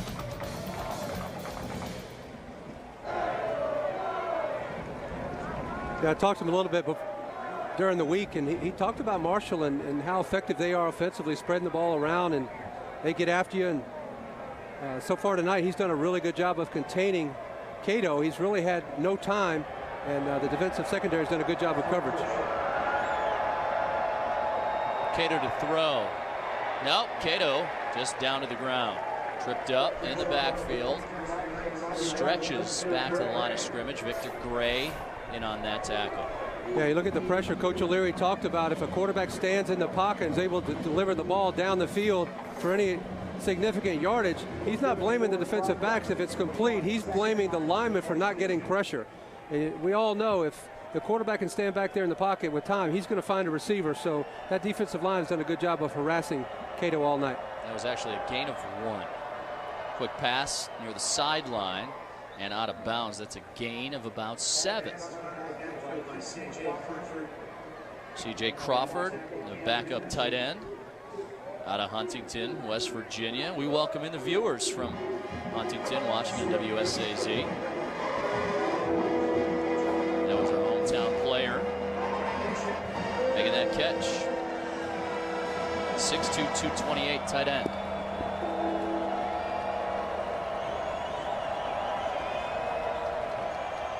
Tron Martinez gets Marshall's second first down of the game. That's a long time to go without a first down, and you know you're still only 16 points down. So to be that inefficient on the offensive side and still have a chance to get yourself a drive and get some points and get back in this football game, you know, Marshall's certainly not out of this. A strange season in some ways for Marshall. They lost to West Virginia 34-13 to start the season. Cato throws deep. Sideline, that catch is complete. That's Dobson to the 38. Jeff Radcliffe on the sideline.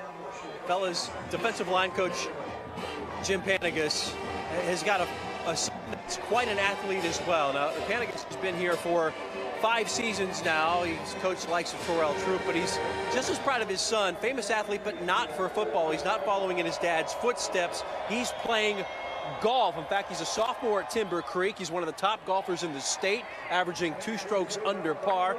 And football is in the family with this young man. And he's not playing football because it's not challenging mentally enough, he says. It's more of a physical game. But his uncle is Mike Tice, the former NFL Vikings head coach. So football, not in the future, but golf for Jack Panagas, a big deal. At that mark, he averages 2 under. Watch out, you don't want to challenge him. Cato, that pass is complete for a first down.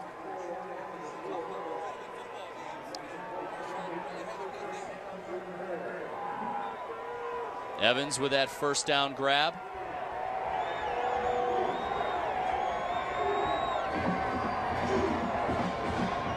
That's Evans' first catch of the game. First down at the 26. Cato under pressure, eludes Troy Davis. The throw, and that cannot be good. Evans dropped that one. Catchable ball. Went up for it, bounced off his hands.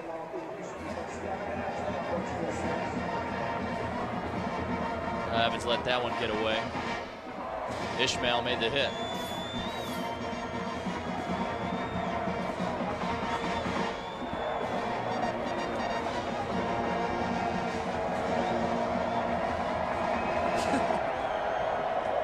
Here's Martinez up the gut, and Victor Gray makes the tackle.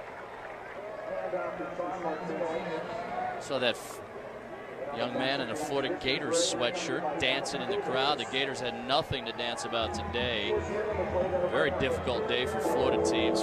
Number 17 Florida lost to number 1 LSU 41-11. Miami lost to Virginia Tech 38-35, and Florida State lost to Wake Forest 35-30. Same score Clemson beat Florida State by the week before. Third down play from the 29. Cato, that ball is out of the hands of his intended receiver, Antavius Wilson. And Cato screaming as he heads back to the sideline. A couple of drop passes. Brings up fourth down.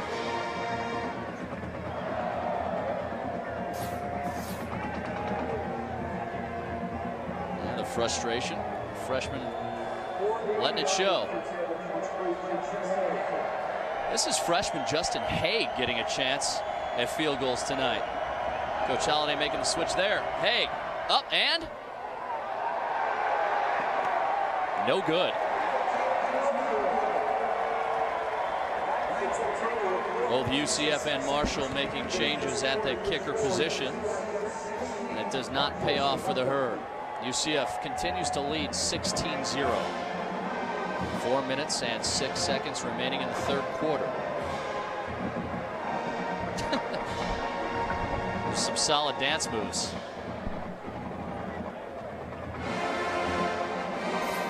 Gator trying to rally his teammates. Well, he led his Miami Central team to a state championship in 6A football at the Citrus Bowl right here in Orlando just last season.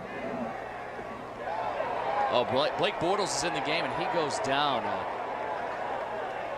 Miscommunication there. Center quarterback trouble. Vinny Curry in on that. Another tackle for loss. Bortles from Oviedo, redshirt freshman. He's earned the right for playing time for these UCF Knights. #1 in Conference USA in passer efficiency.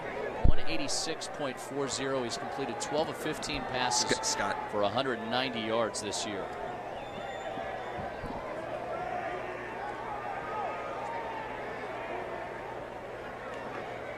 A handoff. It's Harvey in the backfield. Vinny Curry again. The ball came loose. Marshall has the football and into the end zone goes the Thundering Herd. That's Rashad Jackson.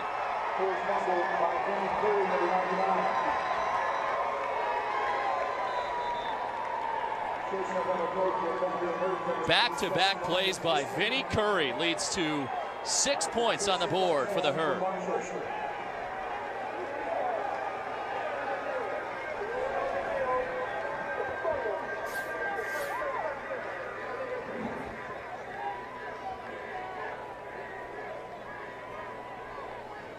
And the injured player helped off is Marcus Aiken. We'll take another look at this. The referees will review the play. 3 minutes and 17 seconds remaining in the third quarter. Yeah, you got to take a look at that. And again, small plays like that, when you hang around long enough, that's all it takes to get you back in the ball game. And to Marshall's credit, they could be blown out of this football game. They showed a little life offensively their last drive, and now the defense sort of picked up on that with a big play and potential touchdown to get them right back in this.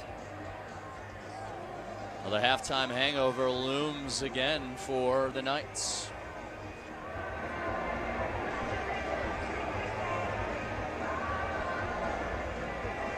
I think this is good. I like when they take a look at these kind of plays because it could be a difference maker in the game. So you want to get it right. That's the bottom line. It is a touchdown. Confirmed after the replay booth. So just a simple handoff up the middle and a good aggressive tackle and strip. The ball's on the ground. You make a play when it's there to be made. Rashad Jackson scooping it up for the score. They're right back in this football game. Self-inflicted wounds for the Knights yet again. Coach O'Leary talked about it during the week. Fumbles, penalties, missed opportunities. Drop passes. And that's exactly what's happened tonight with the field position they've had. Those are missed opportunities. Now you have Marshall, since they're down 16-6, they have to go for 2 to cut this to a 1-score game. Cato with a chance to make it 1 possession. Looking Evans' way, and that's over his head. The score is 16-6, UCF. Marshall with a little momentum, 3:17 remaining in the third. Great coverage by A.J. Boyer there to deny the 2-point conversion, but Marshall with a little life. And, you know, you look for a spark to kind of get your team back in it. And they've been kind of dormant and silent all night with the big defensive play. A lot of ways to get back in a football game. And now you can see the energy on the sideline. These guys know they're in a football game. They haven't beaten UCF in a number of tries, 6 in a row. They want to try to put an end to that tonight, but you got to give them credit for hanging around, and now only down by 10 points. UCF not playing the solid special teams it typically does. Some changes in the lineup, going back to some more senior leadership. Look at that miscue early on in the season. Josh Robinson, these types of plays cost him his job. was J.J. Wharton's job, and then Wharton, the youngster, with a really tough play at BYU. That led to a Cougars score and an eventual Cougars win. Yeah, and you can see Coach O'Leary going over and having a few words with that, but it's offense, defense, and special teams. And when the ball is being kicked in special teams, the #1 priority is ball security. You've got to take care of it, and if not, it'll cost you. And that's the big reason why UCF is 2-2, and now they've let Marshall back in this game due to a miscue and turnover. Josh Robinson, very secure normally with the ball, does a good job defensively, making interceptions, got great hands. Sometimes, you know, I could see what he was trying to do on the one punt, didn't want it to hit the ground and get additional yards, but you've got to maintain ball security. And no Quincy McDuffie, out with an injury tonight, so it's Williams. UCF is stuffed at about the 29, and fans want a late flag. Yeah, you can make an argument right there for a flag. That whistle's clearly blown, and you throw 82 there. Kymus Williams to the ground. The official could easily throw a flag on that. Knights averaging 17.86 yards a return entering tonight's game, ranked 112th in the nation. Punt returns 0.43 yards a return. That's 116th. Now, if you're UCF, no need to panic here. Go back to what you do well, establish the ground game, play action pass off of it, get a nice drive, go down and get some points. This will test your mettle. We'll see what they're made of. It's Marshall defense with a little bit of confidence right now. Curry giving chase. Godfrey, boy, made a move. Ran into his own man. And that's Vinny Curry, who has made 3 consecutive plays in the backfield. Yeah, Vinny Curry doing a great job right there of containment and getting after the quarterback. He's known for pressure. He likes to cut from the outside. But you can see that's very good discipline on his part, not letting the quarterback get outside the pocket, and then he turns and chases down the quarterback to make the play. He took out Ronnie Weaver and Jeff Godfrey on that play. He's a slasher from that end position, and he can bring a lot of pressure from the outside. A potential 3rd-round pick, perhaps, in the upcoming NFL draft. Screen pass to Reese. Spins to about the 36. Be 3 yards shy of a first down. Josh Reese doing a good job there of getting the ball and cutting it back up the middle, allowing his blockers to get in front of him for some much needed yardage. The UCF offense has gone kind of dormant after starting off, just controlling the football now instead of a 3rd and short. But they really need to get some momentum here and move this ball down the field and create some field position. Ronnie Weaver in the backfield. Back in action after fumbling early in the first quarter. Weaver gets it, and he is stuffed. It's going to be 4th down, and this thundering herd team now loaded with momentum. Yeah, they're starting to feel it, and the last punting attempt UCF had, Marshall was very close to blocking it. Don't be surprised to see the pressure on this punt coming after the punter. David Bonner done a nice job all night, down in the ball, inside the 20, out for his 6th punt of the night. Shanks it. We'll see where it's marked. Out of bounds. You see the officials coming up to mark that. Part of that is because the last punt that he had, it was close to being blocked. He kind of rushed it. The snap was a little bit high. Goes off the side of his foot. You can see Coach O'Leary telling him, we got to have you. We got to have you. That's good field position for Marshall. Vinny Curry on that defensive line making things happen in the backfield. 31 career games, 39.5 tackles for a loss, 21 sacks. Look at Josh Robinson of the Knights, 31 games, 112 tackles, 10 interceptions. Yeah, Josh Robinson, both these guys are playmakers. Vinny Curry there, he's just got a motor. He never stops. He's always churning, and he puts himself in position to make plays. And, you know, we saw him earlier with containment and then turning around and making the tackle, but both of those guys, very effective playmakers. Screen up the middle. Tron Martinez. Good gain. Still on his feet. Ishmael's got him wrapped up. Whistles blow.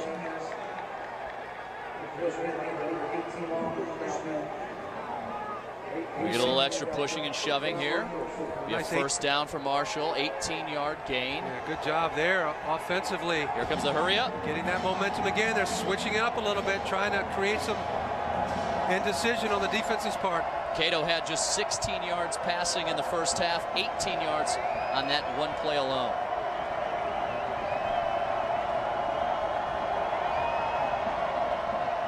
Handoff. Three Knights defenders in there. Null, Ishmael, Davis, John Skladany, veteran coach, back with the Knights. Left briefly for a job at Houston. Coach O'Leary brought him back in the offseason. Yeah, he's done a nice job. The kids respect him, and they've played well all year, being tested tonight. Well, that's it. The third quarter is complete. Another lackluster third quarter for the Knights. Their lead is down to 10. 16-6 the score. Fourth quarter when we come back.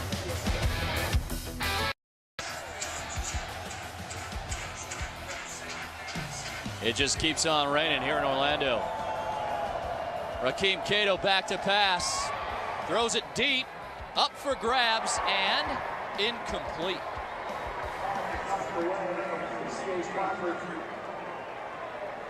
That was C.J. Crawford, and Clayton Gathers back there. Jeff Radcliffe on the sideline. Jeff.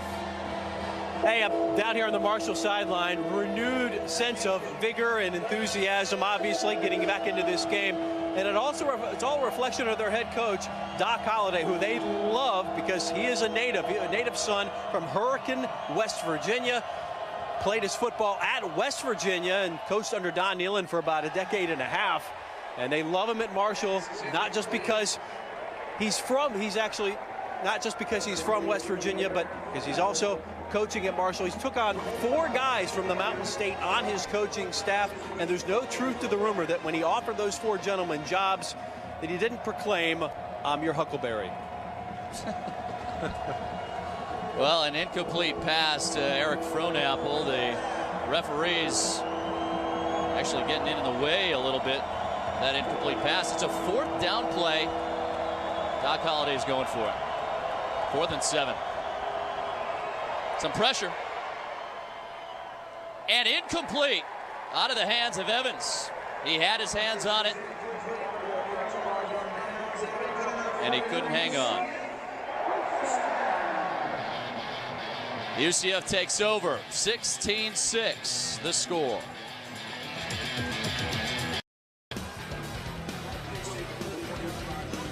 Marshall within 10 points now after recording a defensive touchdown in the third quarter. UCF offense has fallen silent. Ronnie Weaver a gain of 2. Yeah, I'll tell you, let's not forget Jeff Godfrey, and he's still a relatively young quarterback as a sophomore. And when you have the success that he did last year, defensive coordinators, they have some film, and they can figure out ways to try to confuse him. He came out tonight and played very well in the first half. They had the running game. He had some nice touch passes there. You see the touchdown, but they're confusing him. They're throwing different looks at him. And, you know, defensive coordinators are pretty smart, so they'll figure out ways to attack you. He's not really running the football like he typically does. Another handoff. Minimal. Yeah, you can hear the boo birds coming out. Yeah, Delvin Johnson there getting penetration up the middle, tracking the running back down and throwing him on the ground for no gain. But this Marshall defense has really stepped up their game. And let's not forget, against Louisville, they were down in that game for most of it and ended up coming back late in the fourth quarter to win that. They've managed to crawl back into this game, and a lot of it's due to that defensive pressure. And they shut the running game down, made UCF one-dimensional, and really gotten on their game here on the defensive side. Boy, Marshall came up with a victory over Southern Miss as well in the second week of the season. Their losses, though, to West Virginia, Ohio, and Virginia Tech. Godfrey to throw. Avoids the rush. Godfrey. No, he just hangs on and goes out of bounds. Weaver throws a crackback block. Yeah, that's a tough miss by Jeff Godfrey there as he's running kind of against his grain down the field. A.J. Guyton had broken free, He's not in position to really turn his shoulders and get the ball down the field, but the coach talks about awareness. You got to throw that ball up and give your guy a chance to make the play down the field, but he missed a wide open receiver in A.J. Guyton down the field. Bonner to punt again. Boy, if we had our cameras on that receiver, A.J. Guyton. Ball drops at the 36. And Godfrey just couldn't turn his body enough to launch it downfield. Marshall ball down 10. Ronnie Weaver does it on special teams. Getting looked at on the sideline. Marshall and UCF here in the fourth quarter.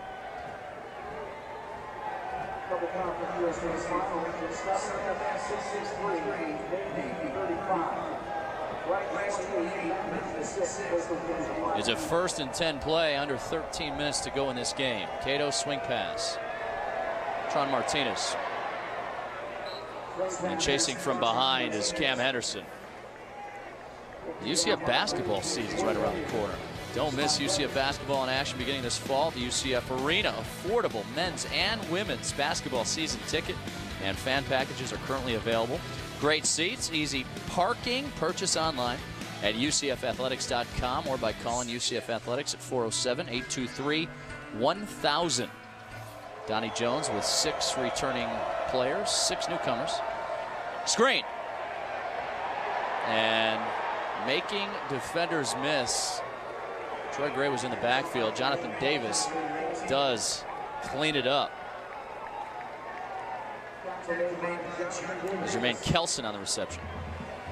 Yeah, UCF not able to do anything on the offensive side, so they rely on their defense, which is traditionally strong, and they've played well all night. Marshall with a little bit of momentum and a big 3rd down and 6. Marshall is 2 for 12 on 3rd downs. Davis looked like he was past the line of scrimmage. Another drop ball. Kelson let it go right off his numbers. Cato just shakes his head as he goes over to the sideline. Looks like they're going to get a 5-yard penalty here on offsides for UCF, so it's going to be 3rd and 1 if that doesn't give them a 1st down. Offside, number 27 on the defense. 5-yard penalty, will result in a 1st down. See, that's one of the plays that Coach O'Leary talked about, mistakes. Your 3rd and 6 is a drop pass, you're off the field. He's going to argue that the defender got back before the snap. That looks like a pleasant discussion. Yep. And I'm not the official. Did you think Davis got back? It looked like to me he was clearly offsides. Me too. Cato faked, rolling, just trying to throw it away. Does. Great pressure there defensively. Victor Gray getting after the quarterback.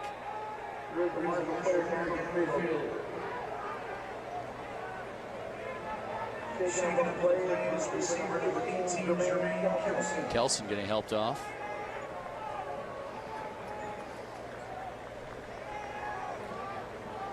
Yeah, he's still at the official there, trying to get an explanation that will make him feel good about that call.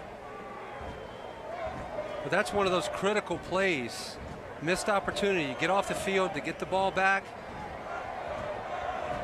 Give up a big 1st down by a penalty and just can ill afford to do that.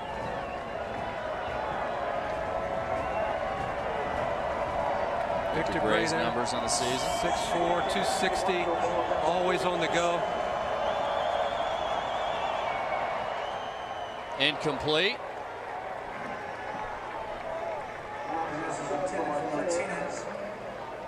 Yeah, UCF mixing it up a little bit on the defensive side, bringing pressure off the left side. Rakeem Cato's been harassed all night. Doesn't have a lot of time to sit back there and find anybody to get the ball to. Bringing up another big 3rd down and long for Marshall.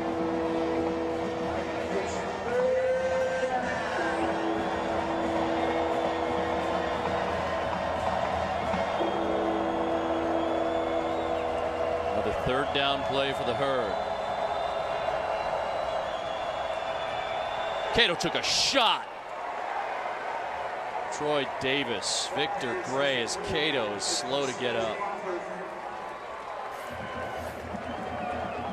number 21 there, C.J. Crawford, actually has an opportunity. He's got some space there, but when you get pressure like that from Victor Gray, Akeem Cato's like not able to sit back and make an accurate throw, and that forces the ball behind the receiver for the incomplete pass. Cato's only 180 pounds. Can't take too many of those shots.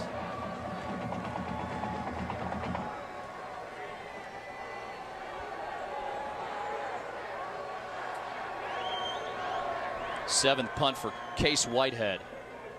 This is a pretty good one. Robinson lets it go.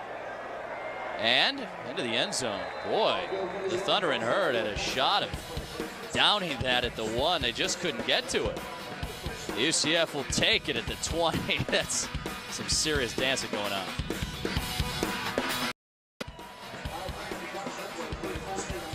That young lady was just dancing a jig. She was having a good time in the rain. UCF was once dominating this game. Reese makes the grab, actually hangs on and moves ahead, keeps the legs churning. Nice pickup to about the 37. A bit of sarcasm from the crowd because UCF had 25 total yards of offense in that dreary third quarter. And Jeff Godfrey with a good recognition of man-to-man coverage on the outside and getting it to Josh Reese quick so he can get up the field. A good tough run after the catch for a first down, and it's been a while since we've said that for this UCF offense. And we've seen both teams struggle to hang on to these receptions at times. Ronnie Weaver just garbled up in the backfield. Marcus Aiken had a free shot at him. 6'4", 270, sophomore. Yeah, good play right there after the big first down and come up with a yard loss. Good defensive pressure. Able to get Ronnie Weaver on the ground and bring it up a 2nd and long.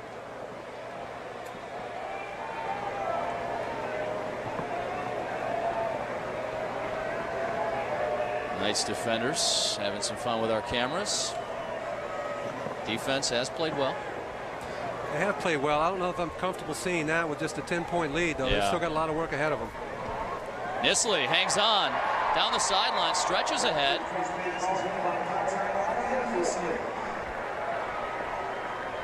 Nice job by Adam Nisley there. That's not an easy catch. He has his hands far away from his body. It's a slick ball. Rainy night. He dropped the one earlier on his hip, but he has worked hard, catching hundreds of balls at practice. Nice reception there, turning up the field, bringing up a 3rd and short. Godfrey 12-4 as a starter. Yeah, you can't deny that. That's not an accident to go out there and win 12 of your first 16 games. And you know, he's had some struggles tonight and a couple of weeks before, but he's well on his way to be a really dynamic player throughout his career. Oh boy, another 3rd down, up the middle run that just gets stuffed. Listen to the boos. Yeah, Kellen Harris there, number 35, linebacker, 6'3", 234. Just kind of comes up the middle there with a big hit, and again stifling the UCF offense. Give that defense a lot of credit. You're on the road, you start off, you're down 16 points, and they've been fighting all night, and good job on 3rd down. Andre Booker has averaged 27 yards on 3 returns this season, a fair catch.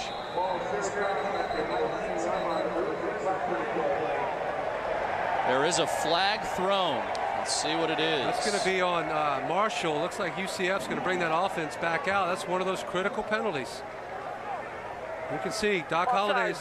Number 18 on the defense. 5-yard penalty will result in the first down. Wow. That is a momentum killer. We saw it earlier with UCF. Doc Holliday is not going to tolerate that. You can see. Tell him you can't make those kind of plays. Those are the plays that will get you beat. Your defense rises up with a big 3rd down, gets the ball back for you. Here's the replay. You can see just an early start, jumps a little bit. The officials have a nice vantage point there, throw the flag, and that's a killer right there because now UCF in good field position here at the 50-yard line. Not only did Kelson jump, he didn't make any attempt to hide the fact that he was offside. He just went looking for the sideline for the referees to throw the flag. Another stuffed play. Johnson again. Delvin Johnson is he's a man to begin with. 6'3", 312 pounds, and we've talked about him all night. For a guy that big, He's a disruptive force. He moves around very well for a big guy and just make play after play.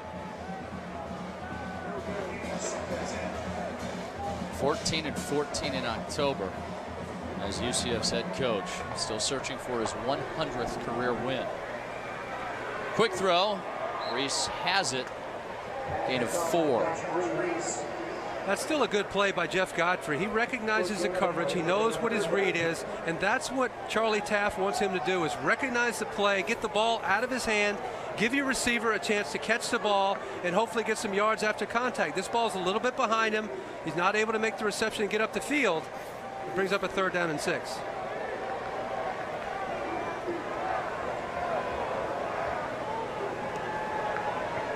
Here comes that torrential rain again. You see the fans trying to stay warm somehow. It really is coming down now. Under 7.5 minutes to play. Throwing deep. Williams back there. Behind the defense. Hangs on. Taken out of bounds at about the 23. Check that. The 19. Great job, great protection by your running back there, Ronnie Weaver. You can see there's pressure coming from the left. Watch this pickup. Gives Jeff Godfrey time to sit in the pocket so he can step into the pass. And a perfect strike there to Kymus Williams, and a huge 1st down for UCF. And again, back to that penalty. Marshall should have the ball offensively, but that penalty allowed UCF to get back on the field, and now they're in scoring territory. Kymus Williams getting more of a shot tonight because of the injury to Quincy McDuffie, who was out this evening. The team's leading receiver. Weaver just cannot find any room to run now. Great defense again by Marshall. They played it well all night. They got burned a little bit early in the game, but they made the necessary adjustments, and there's no quit in this Marshall team. UCF has 5 yards rushing in the 2nd half. This is a statement drive right here by UCF. You're up by 10, just over 6 minutes to go in the 4th. You're the reigning Conference USA champ. You've beaten Marshall 6 games in a row. Can you make a statement here, finish this drive off, and put this game out of reach? Knights had 177 yards rushing in the 1st half. Reverse to Williams. With some room, Williams still churning. To the 11, 2 yards shy of a 1st down.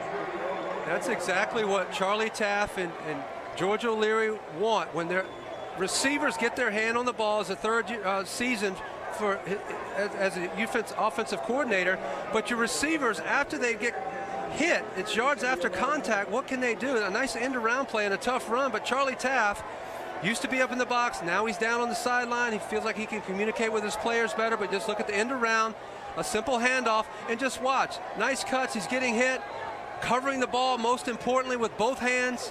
Good tough run there, bringing up a 3rd and short. Williams took that play for 22 yards in the 1st half. Quick hit, and that ball is up and intercepted. Tipped on 3 different occasions, and it's going the other way. Rogers. No, that's Omar Brown, who's had a whale of a game. Yeah, Omar Brown, we talked about, arguably their best defensive player, coming up with a huge play. He had 11 tackles at halftime. Omar Brown has been all over the field.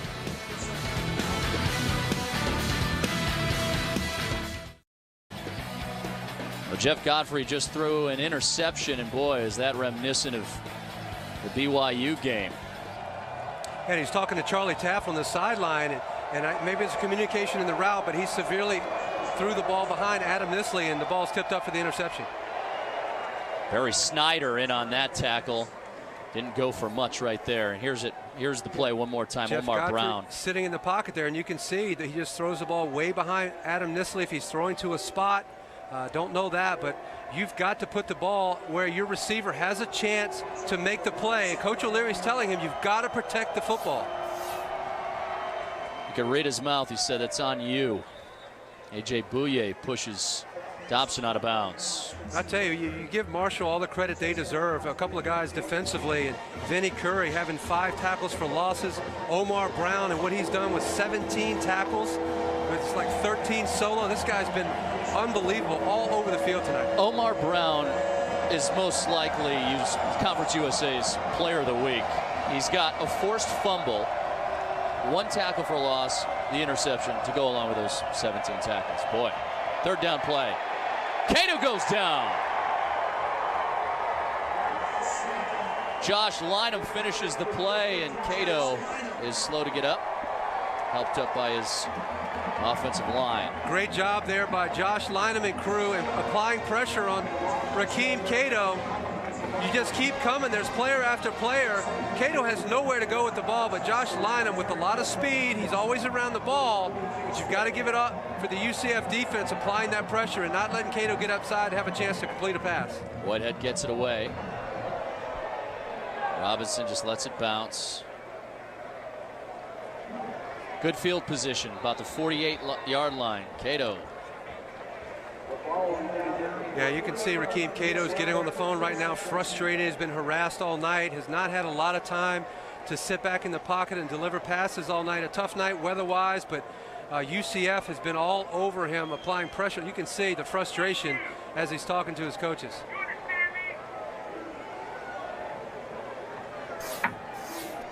Here's the hit. This was UCF's, well, no, this was earlier tonight. Jonathan Davis with a hit. You can see even when he has an opportunity to get rid of the ball, he's just being bounced around like a pinball all night, and the pressure just doesn't stop. It comes from all angles, and he's taking a beating. That's a guy that's going to need an ice tub after this one. 6'1", 180. Ronnie Weaver just not finding any room to run. Now you've got just over 3.5 minutes to go in this football game, and you've got to control this football, run it down their throats, and get the time off the clock and get out of here. Mark, listen to this crowd. They're cheering because the rain is so heavy and so loud right now. You can hardly see the fans through these pictures. Yeah, listen, it's a tough night all around, and you know, most of the time in these conditions, you're not going to be hitting on all cylinders offensively. But right now is the time where you make a statement and put this game away. Coming to a UCF football game, unite and get the patch. Some fans wearing the pink patch tonight. #1 on the checklist for your game day gear. Buy the patch at one of several UCF area partners or online at UCFathletics.com. You see some young ladies in the stands wearing bikinis tonight. You can't blame them. It might as well, you're either swimming in a pool or you're at a football game. Swimming at the stadium. Yep.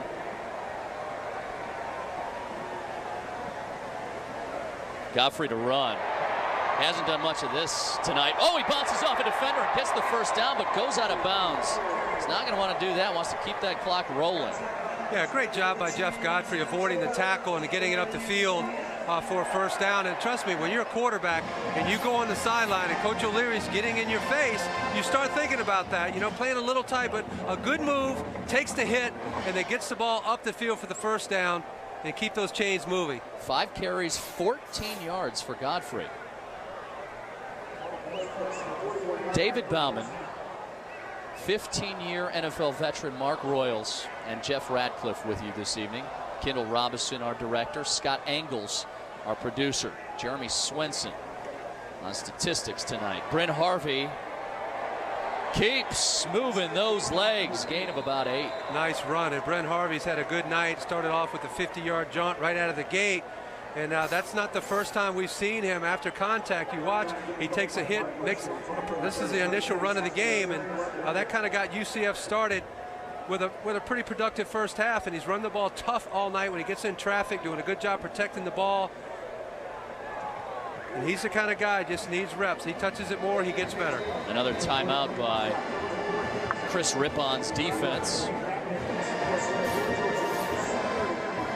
Yeah, Harvey with that costly fumble that went the other way.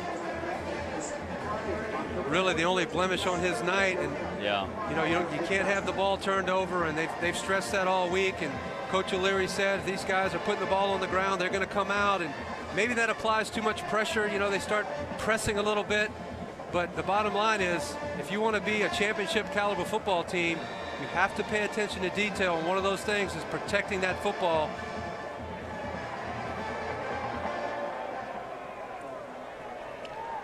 You got to protect it right now. 2:51.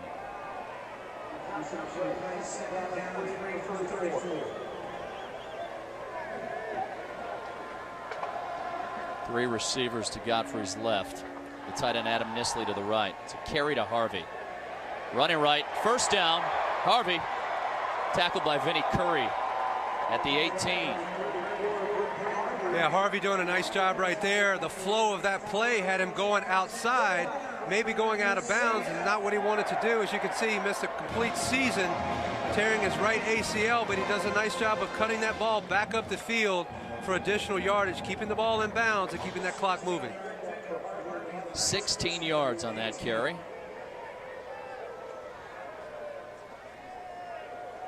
He's got 166 yards.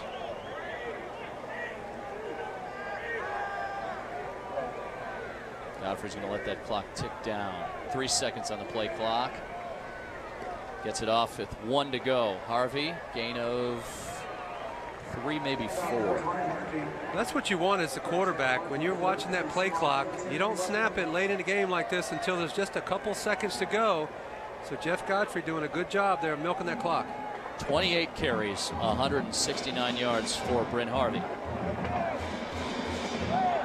Oh, he's had his moments tonight at the quarterback position, but George O'Leary's going to keep on him because, you know what, when you set the bar as high as he did as a freshman, the expectations now are a lot higher for this kid. He's tremendously talented. He's going to continue to grow as a player, and this team will go as he goes. He got his first passing touchdown of the season tonight. Hit A.J. Guyton for a score to start the scoring. Made it 7-0. Harvey, another carry going nowhere. Godfrey tonight through the air is 13 of 22 for 147 yards. 1 touchdown, 1 interception. Harvey has been the workhorse with 27 carries. Josh Reese getting a chance at the receiver position. Reese with 4 catches, 42 yards. Kind of surprised Marshall hadn't taken a timeout here. They have 1 left and a lot of clock running off here. Under a minute to go. UCF just running this one out. Harvey. If he gets the first down, it's over, and he does. First down UCF. They can take a knee and end this thing. Good job, very fitting there. Brent Harvey with the big run to pick up the first down. UCF now able to just run the clock out and get out of here with a very, very tough, hard-fought win.